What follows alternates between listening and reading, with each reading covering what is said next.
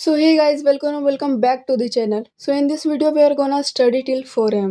भाई लोग 4 बजे उठ के पढ़ते हैं और मैं 4 बजे तक पढ़ूंगी। नॉट इवन किडिंग, मैं आज दिन भर सो रही थी। लाइक सीरियसली, मैं दोपहर में सोई और शाम में उठी थी। जलवा है हमारा।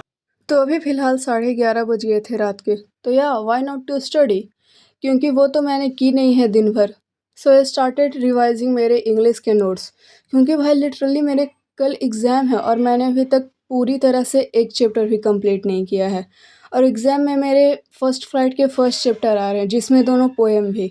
वैसे मैंने अपने इंग्लिश के नोट्स मंगोलिया मैम के लेक्चर से बनाए हैं, बिकॉज़ वो लाइक खुद कहती हैं कि जो मैं बोलूँ वो नोट करते जाओ। बाय द वे, मेरे स्कूल में भी इंग्लिश बहुत अच्छी पढ़ाई होती है, तो वहाँ भी सब कुछ समझ आ जाता है। बस डस्ट ऑफ स्नो जिस दिन हुआ था उस दिन मैं स्कूल नहीं गई थी, तो मुझे घर आके लेक्चर ही देखना पड़ा। तो इतना करते करते मेरे को 1 बज गए थे, तो मैंने ब्रेक लिया और अपना बॉटल फिल किया।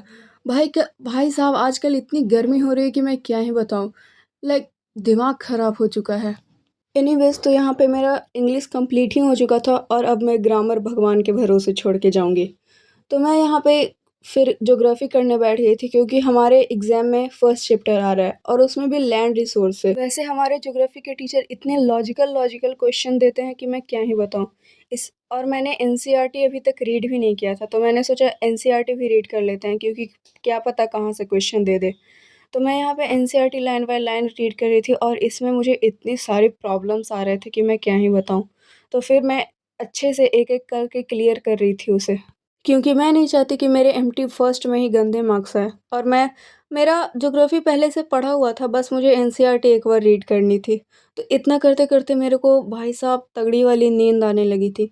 तो मैं तो अब जा रही हूँ सोने, बाकी जो होगा कल देखा जाएगा। And that is for today. Thank you so much for watching.